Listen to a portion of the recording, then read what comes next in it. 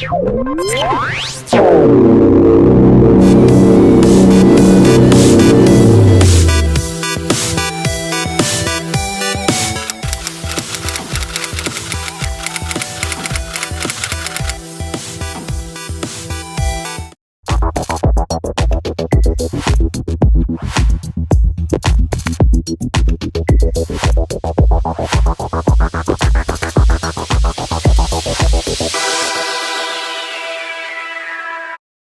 from an undisclosed location, unless he wishes to disclose it, is Mel Waters. Mel, welcome to the program. Well, hello there, Art Bell. Welcome back to the program is more like it. Well, thank you. All I'll say is I'm in my nephew's apartment. Okay, that'll do. Okay. All right, Mel, what we need is an update, if you have one, to Washington, an update, of course, on the whole here in my state, Nevada. Right. Okay. First of all, I'm not dead. That's a good thing, Mel. And I did have a very, very, very close brush with death back around Memorial Day. Maybe that's where people got it. But I am doing well, and I am not yet ready to eat the big green wiener yet. All right. Anyway, yes, I do want to bring people up to date and let them know how things are going. All right, good. Where to begin? Well, I'm going to talk to you about kind of where we left off in Nevada. All right. I think that would be. Is it Nevada or Nevada? I say Nevada. I don't. I wonder about that sometimes. Just try either one. We'll answer to it. Whatever. Anyway, the one in your state here. Yes. I told you that we had lowered a bucket of ice into the hole there in your state, and that you don't want to tell us any more about where the hole is. Do you? I think that might end up coming out here, or I think people will be able to discern where it is in your state. All right. I think a lot of people have got a very good idea, and I'm going to tell you that the location where the hole is at has been under helicopter surveillance, almost I don't mean constantly, like 24 hours a day. Yeah. But there have been flyovers of that area. Frequently? Like frequently. Yeah. But there's been no contact with the Basques that are there, that are encamped around there. That's pretty odd, considering the military cordon that was thrown around the hole in Washington. Well, yeah, that is, and I've yet to discern how they were able to mobilize so quickly on that. That's still a great mystery for me. Nevertheless, you said you were reminding us a bucket of ice. Yeah, but one thing when I said they have had flyovers of the hole there in your state, I was told something very interesting, and that is that from certain approaches to where the area that they're in, yeah, you can see the encampment of people. You could see the Basque if you're standing there, say, on the hillside, but you cannot see the flange around the hole. I told you that with this hole, there was like a metal collar. That's right. A flange around. You cannot see that from a certain distance. You can see everything else, and the flange is huge. It's a very large metallic structure, that provides like a collar for this thing. Mel, your opinion. Yeah. Does this hole go down somewhere near the center of the Earth? I mean, how far? Well, of course, people know what my experience with it was, lowering all that fishing line into it, and I'm absolutely certain that I got 80,000 feet of line into it, which is, 15 miles or so of line. That's a crazy thing to do, but I did. I'm just one of those people that are determined to get to the bottom of things. Only you never did get to the bottom of it. That's when I was at that level, that was my first contact with you. When I reached that point there, that's when I said, I better reveal what I'm doing to the audience to find out what am I dealing with. Yeah. And so this whole thing started. Well, let me tell you about what had occurred. We lowered that bucket of ice. We pulled it up there. We had a bucket of ice up there at the surface. That bucket of ice at the surface had melted completely. We brought up the bucket of ice from a depth of, I believe it was 1,000 feet. Uh-huh. We lowered it down 1,000 feet. We brought it up. The ice was unmelted. So we stuck it on the campfire there in the metal bucket to see if we could melt it. Well, the thing caught fire, as I said. The ice caught fire. Ice caught fire, was burning. And it's a kind of a strange fire, but it generated heat. I don't know. I still to this. Well, I might be getting ahead of myself, but it must have been some sort of chemical reaction. Somehow the water was changed. Yeah, we actually touched the ice, and it felt like ice, but not cold. And when we came, that's when we took it, before we set it on fire. Like ice, but not cold. Right. I mean, it wasn't cold, and so what was going on here? So we lowered it, we put it in the bucket. Well, I told you that it caught fire, and they eventually one of these Basque fellows took the bucket of ice, set it in the back of his pickup truck, drove off, and took it home and stuck it inside of his wood stove. Had the ice been put out? No, it was just kind of, Well, I mean, he had it in his vehicle. Was it? He just had it in the back of his pickup truck. You're trying to tell me it was burning while it was in there? Yeah. Well, he wanted to take it home and put it in his wood stove and see if it would keep him warm. Well, so he did that. Yeah, well, the Basque are kind of crazy people. Are you in any way familiar with the Basque in general, or specific, or just kind of heard of them? Well, no, of course I've heard of them, but I mean, no. The Basque are very well known in your state. In fact, the university up there of Nevada at Reno has a huge section on the Basque. I bet. Yeah. Well, so he took it home. It's not that weird. I mean, it was burning. Yeah, and ice burning is weird. Yes, and he took this home and set it in his wood stove, and it kept him toasty warm throughout the winter. Throughout the winter, and for you're telling me there's one piece of ice. Well, what we did is in this metal bucket, we stuck in a bag of like 7-Eleven ice, the kind that you buy at the store, sure. Ice cubes. Yes, that's what it was. That's what we put in there. Nothing else. Just the metal bucket lowered down into this hole. We get it and we stick it on a fire, and it's burning. Okay, so anyway, this goes on for quite some time, and he sets it in his wood stove, keeps them warm, and I imagine that today it'd still be burning or is burning. I have no. The last you heard, it was still going? Well, we're going to go to probably what Paul Harvey says the rest of the story here, because this is what I've been told. All right.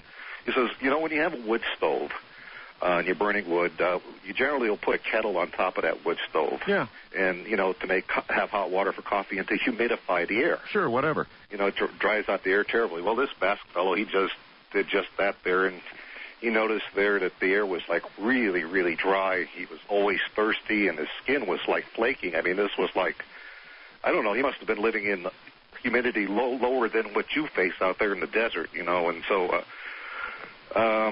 he's got this kettle up on top there, trying to humidify the air. And one night he notices that, I don't know, it might have been the angle of the light or just whatever it was, but the steam from the kettle looked like it was being absorbed into the stove.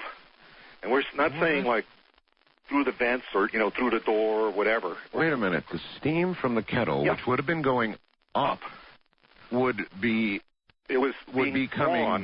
coming back down and then absorbed by the stove. Yeah, right? It was like dispersing and then coming around and just like I guess the word to describe is lingering around, but it looked like it was being absorbed by the stove. That's I think that's the best picture I can. That's weird. That is strange. Of course, this is already really weird. We've got ice that's burning eternally so far, and that's I can picture it. Okay, so I mean, I want to be able to, because this is what I've been told, but I have absolute belief in the person that told me this, and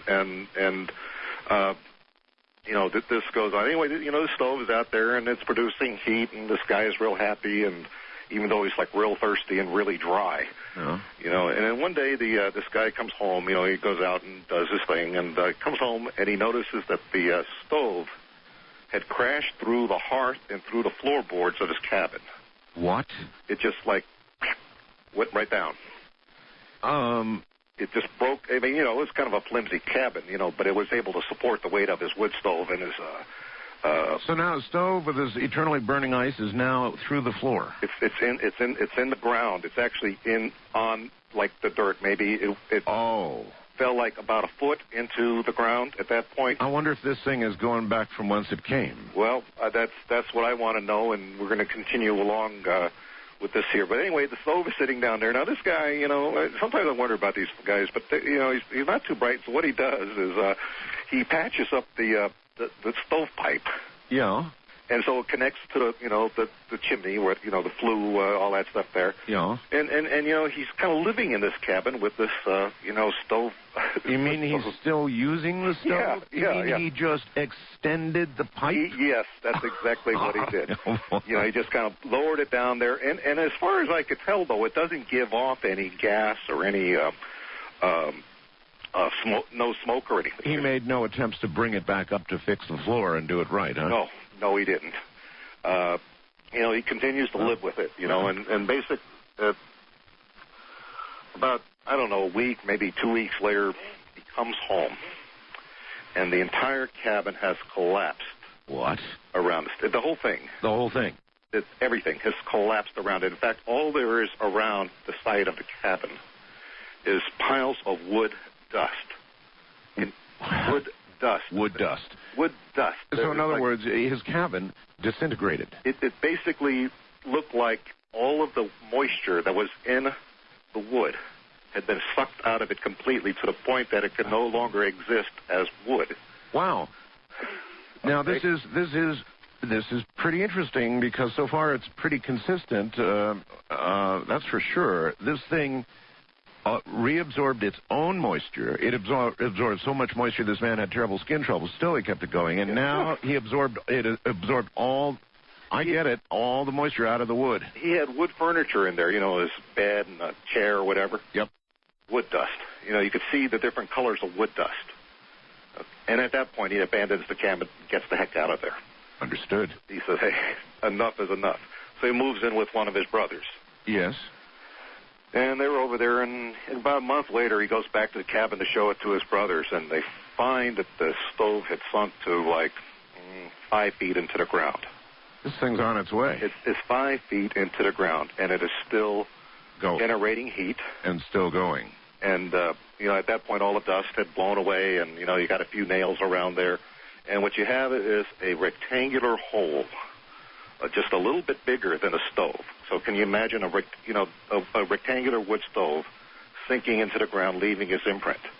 And there's a little bit of room around it, but not a lot. And he described that the hole that it made was also really, really, really, really smooth all around it. You think of a hole in dirt. Like it's burning its way through. Like it's melted into some sort of glassy type. Maybe it's doing the same thing, and it's taking away all the moisture in the soil below it as it goes. This is the point where the Basque fellow contacts me. Okay. And they have a way of getting a hold of me. And I say something that I probably shouldn't say on the air, but anyway... we something like holy smokes? Well, yeah, that would be it. Holy smokes. Then I did something which I thought I would never do. What? And that is I contacted one of the people that were my contacts when I was in Australia. Okay. I had a number, and I described the situation to this guy here. And he pretty much said the same thing that I said, holy smoke.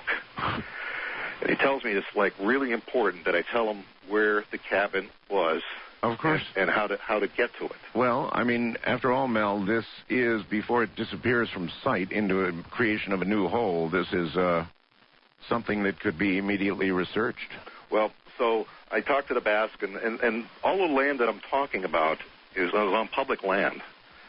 So the cabin, the guy's like a squatter out there, out in the out in the boondocks. He's got a shack that, if it burned down, he wouldn't care about it. He'd just put up another one, a couple feet away. Gotcha. But he decides, okay, well, there's no way to really trace me, to here, so I'm not going to get any trouble. So we say, okay, we get back with this guy here. This is exactly where to find it, tell him how to get there. And so at that point, there's a team dispatched to the site of the former cabin. A team? A team of people show up there. Way to go. And now this guy, this Basque fellow there, he's got a nice vantage point. He knows all the land around there. He knows where he can sit out there and squat and look around. So he's got a pretty good view of where his cabin used to be. So he's out there, watching what's going on. Yes. Now, he said he wasn't sure if they were military guys or what kind of guys they were. I would imagine that some of them had to be scientists of some sort. And, they're out there for a while, and shortly after that, there's a bunch of heavy-duty construction equipment, cranes, and things that are brought out there. Here we go. Yeah, and then this is like big stuff, super big stuff. But he's up there and he's watching this, and the people down there at the cabin are really like struggling to get this stove out of the ground. Yeah. And at that point, I assumed that it sunk even deeper than it than it was. And that last time he said it was about like 5 feet deep. So this thing was pretty deep out there. They keep on bringing it in heavier and heavier and heavier equipment, bigger cranes. They bring in multiple cranes. They're still, I guess, not able to get a purchase on this thing to lift it out. Hey, Mel, I wonder if this is the way the holes got made in the first place. I do not know what the mechanism here is. Because so far, what you've described sounds like it's making a new hole. Well, from that standpoint, it sure as heck does. And obviously this thing is sinking deeper and deeper into the ground, and they are, it's like a total, they're totally baffled with how to get this thing out here. I assume that when they're trying to bring it up there, that they're breaking off pieces of the stove because, it's made out of cast iron or whatever, and must be busting up there, that the thing is really heavy.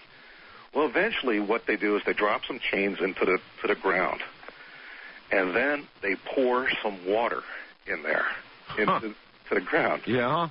and I don't know if this is what happened, but this is what I assumed happened, is somehow the water and the chains and the metal all congealed together, kind of like held fast like glue to the structure and everything that was in the hole. Yeah. Well, eventually they were able to get this thing out of the ground and hoist it up, and they were using more than one crane at this point. Now, I don't know a lot about cranes, but usually they could pick up a lot of stuff. They had several cranes working on getting this thing out, so it must have weighed some huge amount. God, talking like fascinating.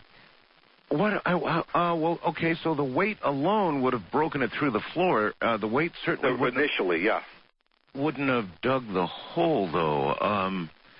Isn't that fascinating? Yeah, and so they finally get this thing out of the ground using multiple cranes, the biggest ones they can get. This guy said these things were like monster cranes. They get it up and they load it onto the biggest truck this guy had ever seen in his life. I mean, this was bigger than big, and they haul that thing away. It is like gone, it's over there, and so they just took the stove away. I don't know if he got a good look to see what the stove looked like, but they loaded whatever was in there, detached the chains from the hooks and stuff, and trucked this thing off. All of this, in essence, just to get this burning ice, really. That's what they got. But this guy here, as soon as I talked to him, he knew something was going down, and something had gotten, well, my impression was it had gotten, like, out of control. And all of this just from something you lowered into the hole here in Nevada. That is correct. All right. Hold it right where you are, Mel.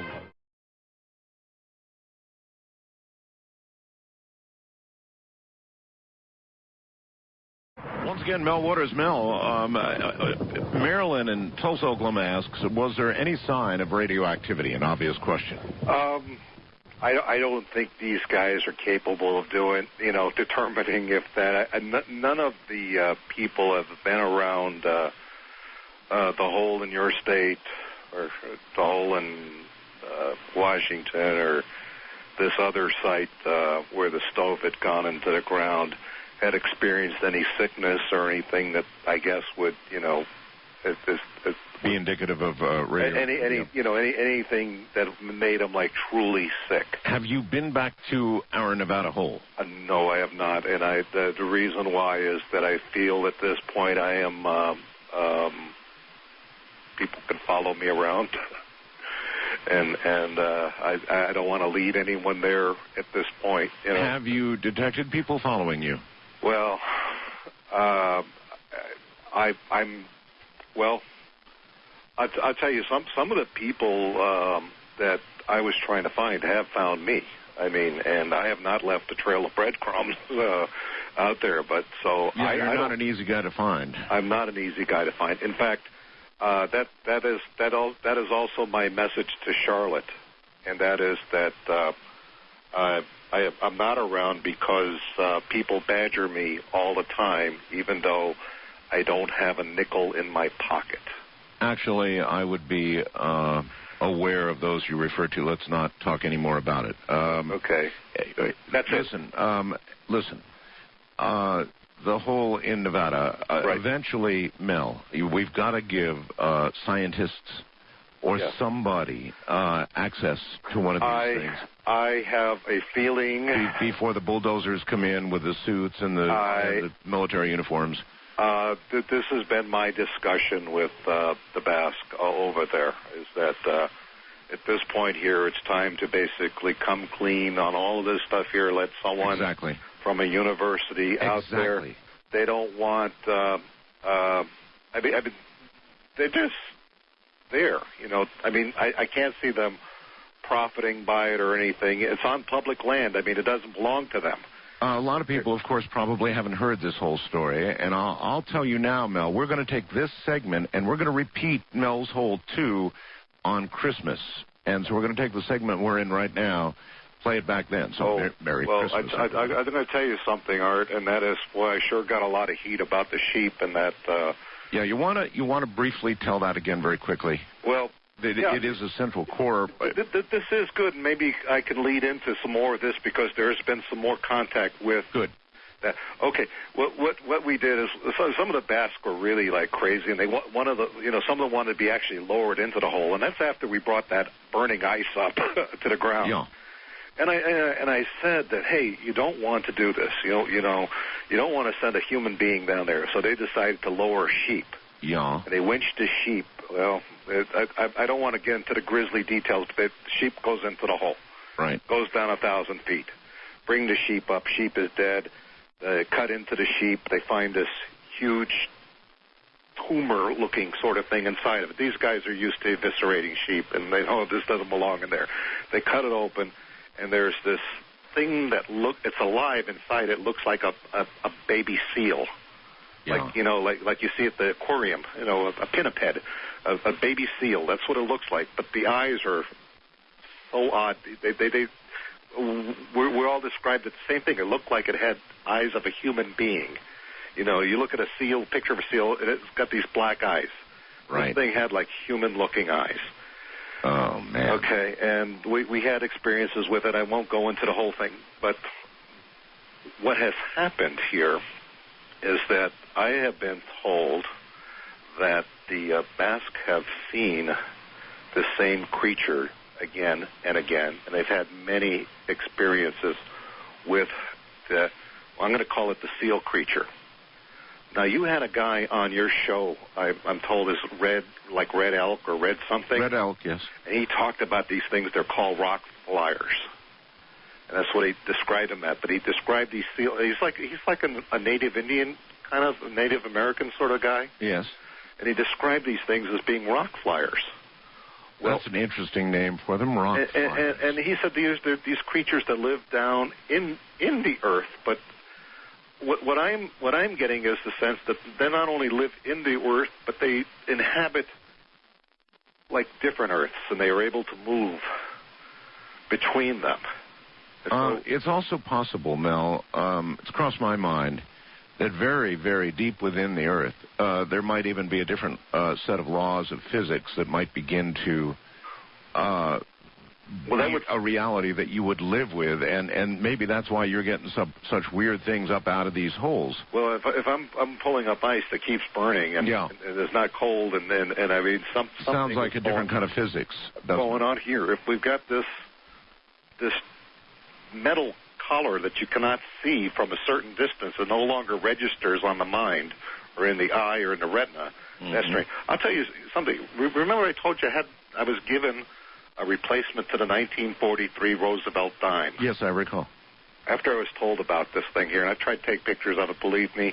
Actually, I can't do any of that stuff. My nephew does. But this is what I discovered after I told that they couldn't see the flange from a certain distance. Mm-hmm. If I stand 15 feet away from the dime, I can no longer see it. I can see the holder. I've got it in a plastic like lucite holder. I can see the holder. I could see straight through it. Then I walk towards it, and all of a sudden, the dime inside the holder materializes. That's what it's like. So I assumed that if I wasn't able to photograph or not able to scan it, and believe me, my nephew, he did everything he could to produce an image of this dime. Right. He could not do it. I'm holding it right in my hand as we speak. I still have it. But you can't take a photograph of it. I can't even, when it's 15 feet away. What about the hole in Nevada? What about the hole in Washington? Well, now, I've not been to the site of the hole, and I could assure you at this point that the hole in Washington it's probably been re-landscaped over there. So but the hole in Nevada is still there as it was when I was there. It's out there in plain view. We need some photographs. We really need some photographs. Well, I am going to communicate with the Basque out there and say, look, why don't we just have people come out there, find out where it is. From my standpoint, this stuff sounds dangerous. And I was telling you about how they hauled away this wood stove that had a bucket of ice in it and how heavy it became. Right. Are you familiar with any of the works by Kurt Vonnegut? Of course. Okay, he wrote a book called Cat's Cradle, and in that book, Cat's Cradle, there was a substance in there, fictional substance, called Ice-9. And Ice-9 was developed for the military, fictional, so that the people, the biggest scourge to the military is mud. So they developed this substance that could pour in the mud, and it would solidify the mud. Huh. And the problem with it, though, is that it would keep on solidifying all of the water out there as far as it could reach, and eventually it would destroy the planet if it continued to solidify. It absorbs all of the water. Well, scientists have actually speculated. Is it something biological? I mean, I can't imagine. I don't know. Because it's hard to imagine what else could continue to proliferate unless it was some sort of biological agent. I know they have biological agents that clean up oil spills. Yeah. They created creatures that eat oil. I haven't thought of that. I never thought of this as a living thing. I always thought of it as a physical, chemical phenomenon. Well, living things would be the one category that could continue to proliferate. Anyway, this Ice-9 in fiction does that. It can literally attach itself to all the water and render it impossible to deal with. I mean, it would be no longer water. You can imagine a world without water. Yeah, of course. Well, scientists have speculated. You can go on the Internet and search for, like, Ice-9. Yes. And there are scientists that actually believe that something like Ice-9 can exist. They actually believe that it is possible to accomplish something like the fictional Ice-9. Well, that's why I kept saying, what about a different set of laws of physics inside the Earth? Obviously, something about the deep Earth, Mel, is very different than what we have here. It's the whole new set of laws down there that go on. But this ice has been, this burning ice has been a great, huge source of concern for all the people that I talk to, and then I'm not a military, whatever they worded down there, that went to the. So you have no idea who has it now? No, they took it away, and that was the report that I got. And excuse me. Anyway, I wanted to get back to the actual hole over there in yes. In your state, and I told you about the helicopters that routinely fly over there, and apparently no one has been molested over there that is encamped around the hole. But the Basque that are there have told me that they receive visits from the seal-like creature. Now recalling for everybody, the creature went back down the hole. I actually took this and put him on the flange. Right. And he just dived in to the hole. Like a seal into the water. Exactly. Yeah, precisely like that. And what I have been told is that the Basque have found a way of communicating with the seal, because it comes up regularly now. It's like a regular visitor. And what they did, and I don't know how they decided to do this, but the seal speaks to them through one of their boom boxes. So here you got the seal that's sitting there on the flange. Mel, do you realize how crazy look. this sounds? I was crazy sounding from the first day. Yeah, well, you have a point, Mel. But I mean, the seal or whatever in God's name this is can communicate to them through a boombox. Through the radio on the boombox. That is, I don't know how it does it. I don't have any idea of how radio works. Okay. Well, I mean, it receives, you're the radio guy. It receives radio frequency. That's so right. The implication would be this creature is capable of radiating some sort of modulated radio frequency, and that's how it would happen. I mean, I always heard these tales of like people hearing like radio in their tooth filling. Oh no, it's true. And wire fences really out on the range. It's all true. You know, and so I don't know, but anyway, they have been communicating with them, and one of them was actually smart enough to press the record button on the boombox. Good move. Yeah. He did, but this is what happened when he played it back. Yes. It sounded like I've listened to the shortwave radio before. Yes. But it sounded like that intermodulation that you get between it's a series of chirps and bloops and bleeps and things like that. Oh, yes. That's what was recorded. Oh, isn't that bloops and bleeps and stuff. That's all there was on a tape. I used to like those bloops and bleeps because they used to help me sleep. You know, I would turn it in between like a shortwave channel. Do you have that recording? I don't have it handy, but you have it. Yeah, but it sounds exactly like that. The bloops and bleeps you get between some of the shortwave radio stations. Wow. Exactly. I have no idea, but they were hearing this, speaking to them in the language they understood, and so they talk about it. And again, I wasn't there, okay, but I don't think these guys, the Basque, are pulling my leg. They're not that kind of guy. They might be crazy enough to want to go into a hole. Well, crazy as it may sound, it's not really crazy based on your own first-hand experience with the holes, now, is it? No, it isn't. If you take one context as a reality, then you can. It seems to me it shouldn't be that hard for you to accept their word on what's happened here. Right. And so, in that sense, but I'm also describing this to many, probably millions of people, I assume. Probably, yes. And what I was told is that that these creatures inhabit the Earth and they inhabit the other spaces, linked and not linked together, and they're communicating through the radio to them is what's occurring, and they do receive visitations from the seal creature from time to time. Well, I already like these little guys. If they use radio, they're my... Are they your kind of people there? Gotcha. Okay, now the Basque were warned about the ice that we sent down. What kind of warning? They said from the seal creatures that the ice can and would destroy the world in a very little amount of time. This stuff is too dangerous to fool around with. You don't have any way... It's not supposed to be up here. ...of understanding how this works, even though it is so tempting that all of a sudden in a bucket of ice, I've got what seems to be an unimaginable source of power, an inexhaustible source of power, apparently. But I can't imagine if it's being inexhaustible if it's getting heavier and it's absorbing water. I mean, that to me doesn't sound like, so I think that stuff that was down there really is truly dangerous if not contained properly, is my feeling on that there. And then that's the warnings that they were giving. They said that the world would be destroyed by the improper use of the ice, but they anticipate that greedy and undisciplined use of the ice will probably occur in this world. Greedy and undisciplined? Disciplined use of the ice. It's an interesting phrase. Yeah. In fact, that's what was quoted to me, that term, greedy and undisciplined. Well, the world is looking, for new power sources. Anything that burns, Mel, and changes its own weight in that manner has a great deal of power.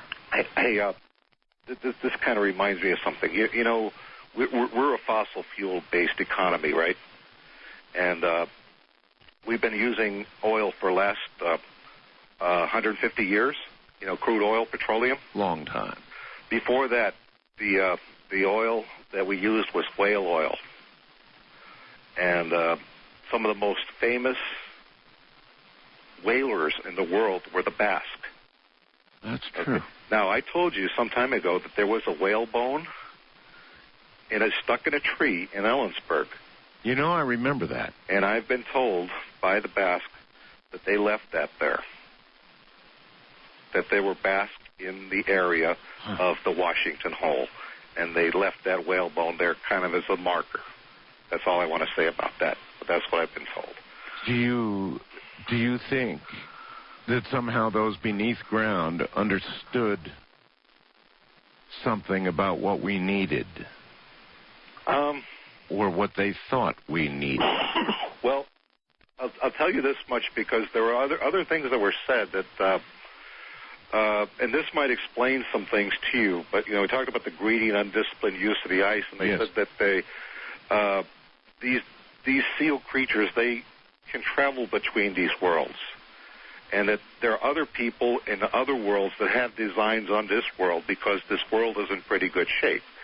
There are some people out there in other worlds that are similar to ours, but their world is so horrible. Well, our world is at least above ground. Yeah, but their world is so horrible that if we had suffered a nuclear holocaust on this world, they would be happy to inhabit it. There are people there, and what they were told is there are other worlds similar to ours that have designs on this world, and that they monitor what happens on this world. And they are listen to me now. We're almost out of time, Mel. Anything critical to get out? Just that they are looking at our conditions, and they are saying, hey, the world that is the Earth that we know is on a collision course to disaster, and a lot of them think this is good, that then when we're gone, they can come here, and they think they're smart enough to use the ice that's here. That's the word I'm getting. Okay, I'm not a prophet. I'm not anything. I'm just was reporting. The implication in that the ice was rare even to them? The ice is rare, but it is when it's discovered, it's almost always improperly used. That no one has had the smartness. Now these seal creatures. Implication being there's been other pieces of this above ground. In other similar situations there that have been used. And maybe it's been that some of this has surfaced in one of these holes, and you were saying maybe that's how these holes are formed. Yeah. Any number of those things. All right, listen to me, my friend. We've got to go. That's fine. I want you to tell me, swear to me that you'll get hold of some people at the University of Washington, I will. Or wherever, and proceed with this. Will you? Talk to the Basque. I think they're thinking along my way. They have no real vested interest. All right, I'm going to look for that to happen, Mel. You take care, my friend. Thank you very much, Art Bell. Good night, Mel Waters. Bye.